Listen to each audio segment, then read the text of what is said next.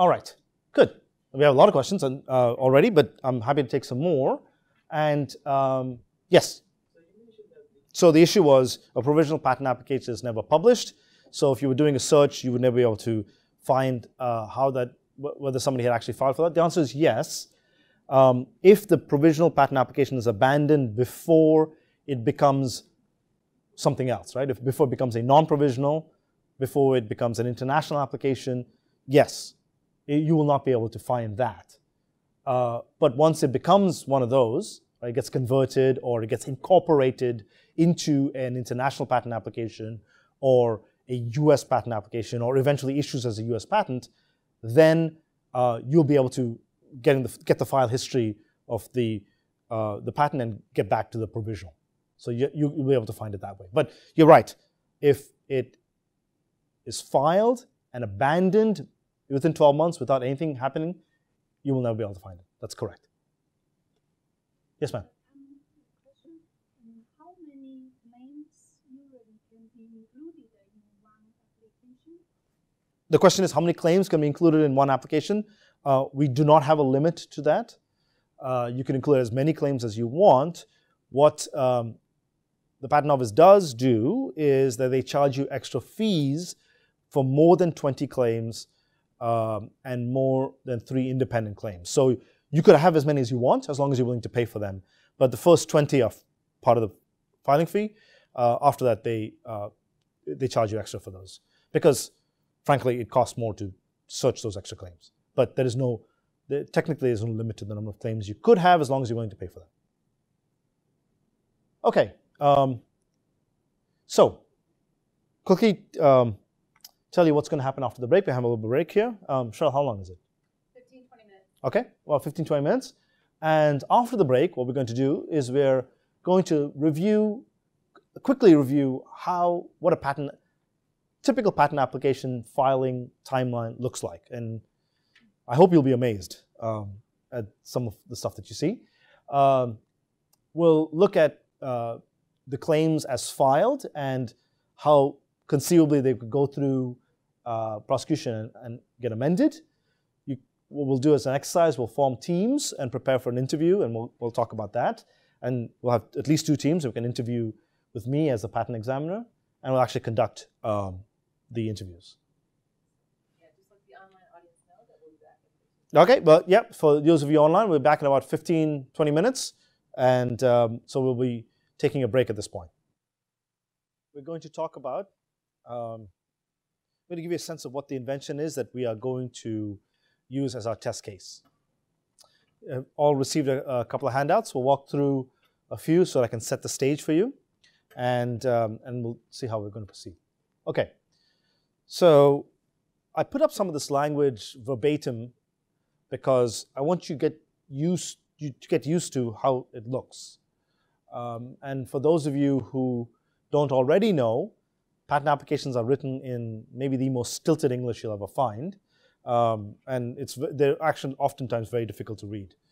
But it's good to, just like reading medical journals, it's good to get a sense of how the terminology looks. Okay, so according to this invention, the summary is medical device. Okay, so that at least gives us a sense of where we are.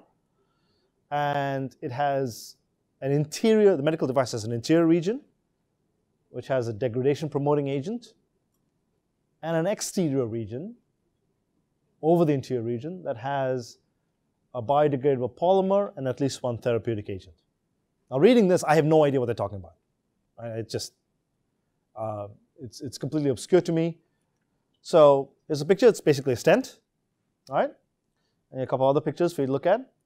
And you'll see that it's a stent that has multiple layers. Okay, an interior layer, an exterior layer. Okay, so want to sort of, I've drafted up some claims, and I want to give you a sense of what happens, an example of what might happen to them through prosecution. So let's imagine the application were filed with 5 claims. Okay, so claim 1, medical device. Claim 2, the device of claim 1, which is a stent, that you saw. claim 3, device claim 1 is a catheter. Remember, it's a medical device, right? It's a genus claim that could be a stent or a catheter. Both of them fit into the category of medical devices. Claim 4, method for administering a therapeutic agent by using the device. And 5 is a dependent claim on claim 4 and where the agent is heparin. So a couple of things I want to point out here. Claims 1 and 4 are called independent claims. 4 is not. So claim 1 is the only independent claim here. An independent claim stands on its own. Okay? 2, 3, 4, and 5 are dependent claims. So they're dependent on claim 1. So they cannot stand on their own, right? But look, they refer back to claim 1. Now, imagine this were the application the way it's written.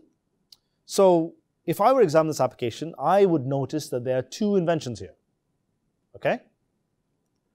And they are the device claims and the method claims. Okay, those are the 2 inventions that I would find, and I would restrict you between those 2 inventions. Okay, when we talk about restriction requirements, I'd say to you, there are 2 inventions here, pick one.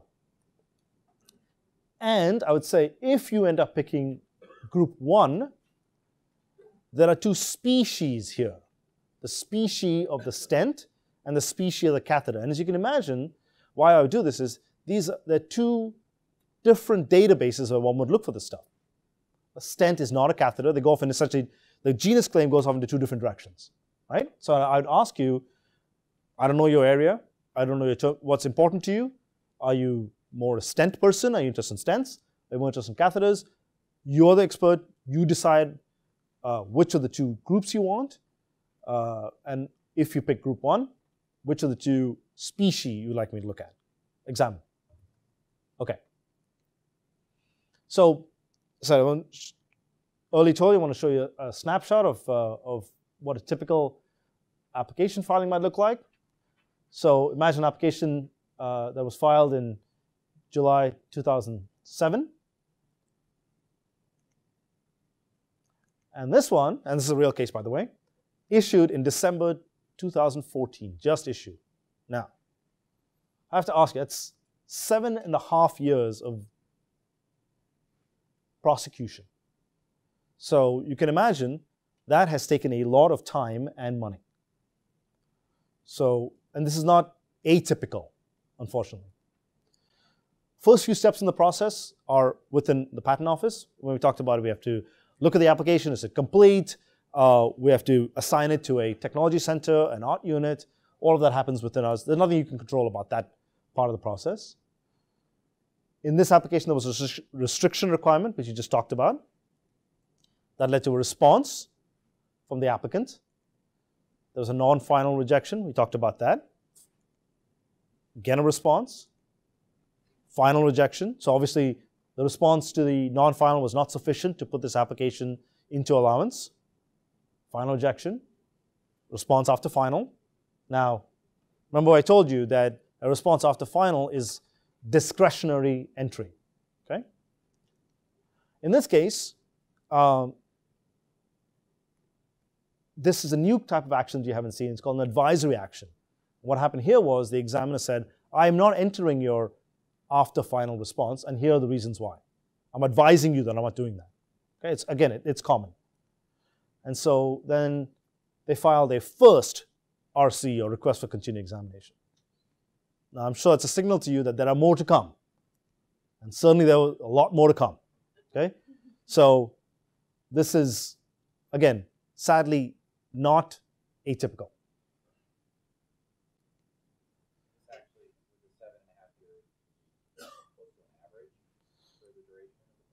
So the question was, will the 7.5 years be close to average?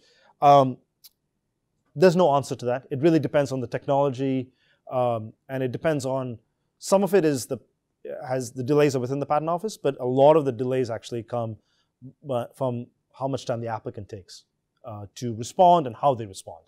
So I can't say it's typical, but as I said, sadly, it's not atypical. I have cases on my own docket that have been going on for at least 5 years. And I don't see there's any end in sight for those yet, right? So it's not atypical. Okay, so we had our set of claims. As an example, let's see what is likely to happen. So here are the claims that the way they were. You'll notice claims 4 and 5 are grayed out because there was a question earlier as to what happens to these claims. Now, in this case, they were withdrawn because the applicant decided to elect the device, go with the device versus the method of using the device. Okay, so group 1. And they withdrew the claims, but they're still there, right? They're still around because notice they're dependent on claim 1. So they're still withdrawn, but they're not being examined, but they're still part of the application. They haven't yet filed a divisional application on those claims, if they choose to. And remember, I also gave them an election of species. Do you interested in stents? Are you interested in catheters? They said stents are the way we want to go. So catheter claim was cancelled. And at some point, they amended claim 1 to include the limitation of claim 2 and some other things. Okay, so what has happened here is claim 2 has been cancelled. And what we have is the medical device is a stent, right? Remember, claim 2 originally was the device of claim 1 is a stent. They put it into claim 1. And they've added another feature saying that the stent is has a metal stent body. Yes?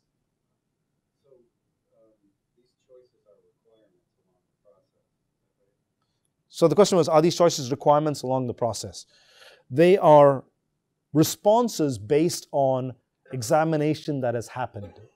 So what has happened here, most likely, is that the examiner has rejected claim 1 the way it was written based on some prior art. Okay? And the applicant, in response to that, has made these amendments to try and overcome that prior art, which is what we will do in our exercise. I see. So when claim 2 made its way into claim 1, is the specificity a requirement, like they picked a metal stent over a ceramic, or is that a requirement, or is that trying to negotiate with the examiner? So the question was, when claim 2 made its way into claim 1 and they amended it to metal, was that a requirement or a negotiation? It's the latter. It's the negotiation with the examiner as to what subject matter is allowable.